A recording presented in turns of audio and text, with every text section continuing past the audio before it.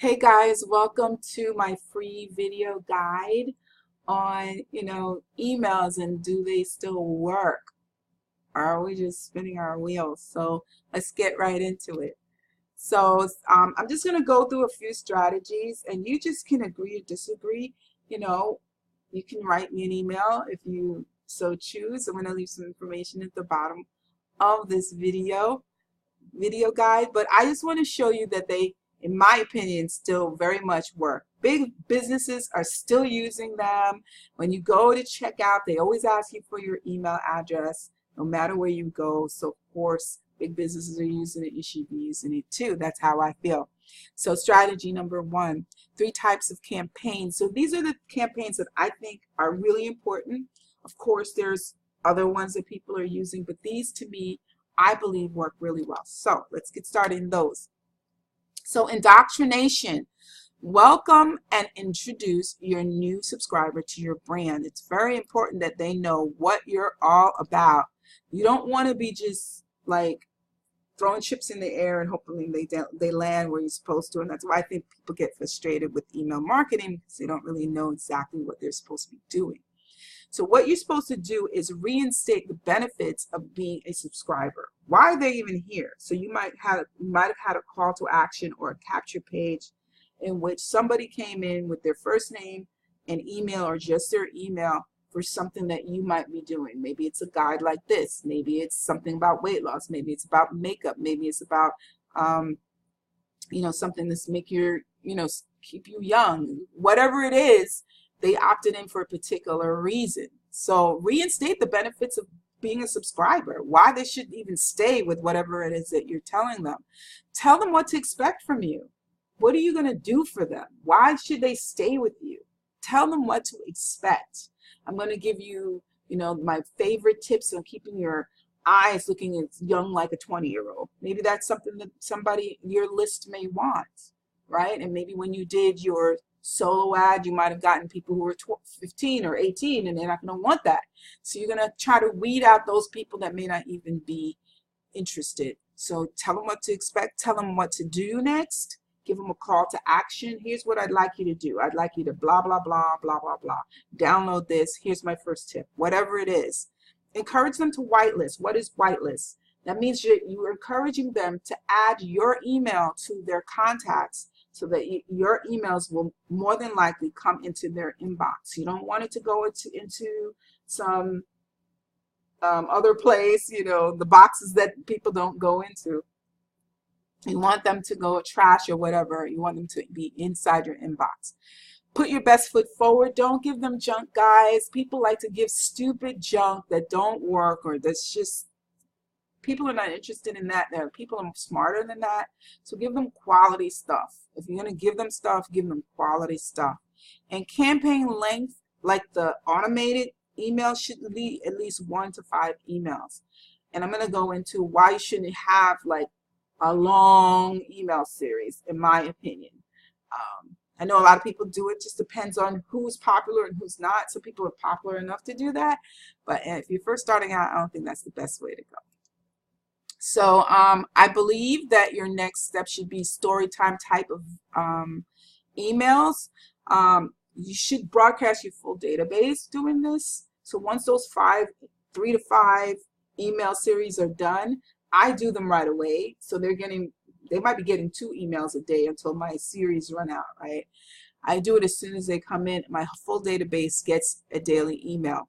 Email should be story based. And I'm going to give you an example at a little lower in the guide, but it should be story based. It should be something that, because in our psyche, guys, there's something that appeals to stories. Even when we were little kids, we loved hearing like bedtime stories. Why is it? But because in the human psyche, that's something that we like, enjoy.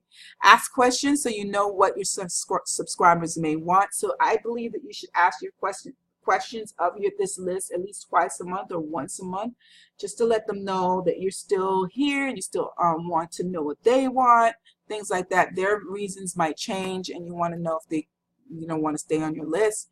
Stories should have a clear segue to a call to action or clickbait to encourage the subscriber to click on. So make sure you have a clear segue, and we'll talk about that lower down in this series. And email email them daily and be consistent. I'm going to go through why you should when I go over the email sample that I have in the later slides. So make sure you email them daily and make sure you're consistent. And you may want to do it every other day. I sometimes do every other day. I find that I get more opens that way, but it just depends on what your list is wanting you to do, because maybe it'll go down a little bit, but those people who are opening your email really want to hear from you. That's why they're opening it, right? So as your email list grows, you'll get more of that. Engagement, relevant email subjects lines. It should be popping. It should be relevant to what you're saying, and it should be popping, guys. I should put popping too there, but I'm just adding that in. Popping should be popping for you. Email lines. Emails should overcome known objections and problems. So when you ask questions of your subscribers, you're going to kind of know, and sometimes you don't know because they're not going to always tell you what their issues are. People like to keep their issues to themselves. So you can take a guess based on how much they're opening certain emails. So if you have an email series that's going on about like being dead all the time, let's say, and you're seeing that has like a really high open rate, you might guess that the people on your list may be in debt, and they want to get out. So you might just get a whole lot of response when you, write emails according to that issue or problem. And of course, prescribe the next logical step or solution to those problems, right? Once you figure out that's what your list wants, ask subscribers to reply to you, often found in the PS part of your email. So, PS, if you have any questions, PS, if you liked what I said, PS, if you were still in debt, PS, if you, whatever it is, ask them for a reply, and create fresh content daily. And I know a lot of people don't do that. I know a lot of people that grab series from who knows and God knows when. Here's why you should create fresh content daily. I'm going to tell you really the reason why. Here's why. Because if you do an old series or something that has not, sometimes the series are not even relevant to what you're talking about. They're just emails, and they're not even relevant to what you're trying to do with your list. Once you do all those little things that I just told you about, then why would you have some kind of generic email swipe that you're using that doesn't even correlate with what you're doing? Plus, when you do it fresh every day, something that you might have said yesterday may appeal to what you said yesterday, or even if you found something that's brand new that you want to share with them, you can't do it if you have something pre-written from years ago or a long time ago that doesn't really it's not even fresh, it's not even current. So you want to do this every day. And I know a lot of people struggle with it, but honestly, once you get going, you can do this half an hour every day. Really, honestly, half an hour and 45 minutes every day is not a big deal if you're creating really good value and getting some really good results from your list. So I'm going to give you an example of what I did to an old list and a very small list, old and small, and how I got them to re-engage. I was getting like maybe 3 or 4 or 5 or 10 people clicking on my link or clicking on my emails prior to this. So first of all, the story. I have a poppin' subject line. Kim Kardashian says Kanye plays game, and I quote, wow.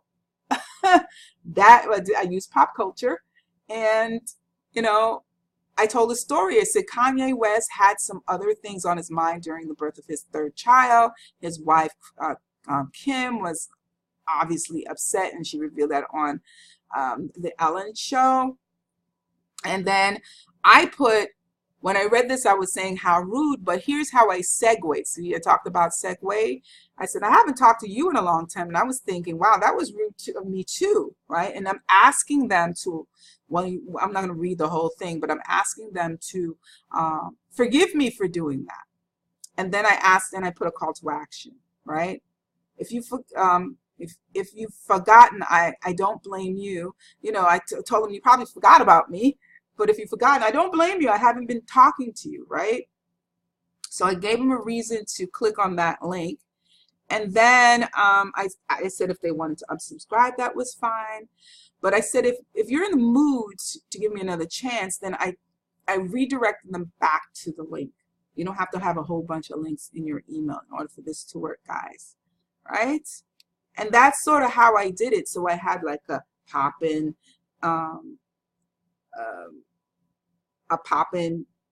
subject line. I gave them a little story. Then I segued it to me so they could forgive me. Then I gave them a call to action. Then I told them to go back below the call to action and resent them back to the link. So that's something that you can do. That's just a skill you can learn. And here are the results. So I sent that out at 1 p.m. on April 30th, and I got 19 to 17, which was really good. But the very next day, they were still opening this email, the people who missed it at 1:30. When I went back and looked again, from a list that's only 328 people, I got 37 to 33% opens, 10% click-through open rate, and a click-through rate of 1.83. That's really good for the tiny list that I have, and a dead list. This list was completely dead, guys. So it can happen. So my last thing I'm going to say to this section is the clickbait. So I'm just giving you some tips. Timing is everything. Delivering your email between 8:30 and 10 a.m., 2:30 to 3:30 p.m., or to 8 o'clock to midnight. I usually do this around this time, but you can do it, you know, in those hours. It just all depends on you, but try to be consistent on those hours. So if you're 8 to midnight, try to do it all that time. Try to do it every day at that time. And then call by name. If you have, the person came in with a name and email, if your autoresponder can put their name inside the email, that would be good. Personalizing the subject line can increase your opt-ins by 23%. And if you're doing the open, if you're delivering your emails early in the morning, try to stay positive. People don't want to wake up in the morning and hear, you know, some kind of bad news type of thing. Try to be bubbly, and you know, I do it at night, so I might not have to do that, but if you're doing it in the morning, in the AM, I would say stay positive, make your emails positive. So my second strategy is that you're going to need the right tools. None of this works. All of what I'm saying to you does not work with the right tools, and I'm going to suggest some to you. So the right next step is there's a course called Email Reboot, and this is what I learned. I'm an email marketing specialist, so I took a class and I actually got certified in email marketing, but Email Reboot, I think, really booted it up a little bit more. So I learned some strategies from there, and then Email Reboot. And here's what I think I like about Email Reboot is that you do have access to the brains behind email marketing. We've been doing it for over 20 years, and this is his main way of put bread and butter on the table. He knows what he's talking about. He knows what he's doing. And I totally think it's worth the cost if you really want to learn how to, you know, to kind of like not have to be on social media if you're not a social media type of person or want to be on social media. You just want to use emails. I would recommend highly Email Reboot and Global NPN for $1. All of those are going to be in the link below this video, including a PDF of this actual slide. All of that will be at the bottom of this video. Global NPN, you can start for $1, and then if you think it's good, you can upgrade. I would suggest the director or executive. And all of these you can resell or invite your team. And if you're doing well in it, your team will want it, and then you can get paid on it as well. So it's really good to have not just the tools that you need and the information and the coaching that you need, but actually be able to get paid on giving it and sharing it with others. So guys, thank you so much for watching this. I hope this was really beneficial to you. Below this video, definitely click on some of the links below there. The PDF for this is below there, so you can have something to read and look over. You don't have to watch the whole video again. And I hope to meet you really soon. I hope you get involved. Take care, and thanks again.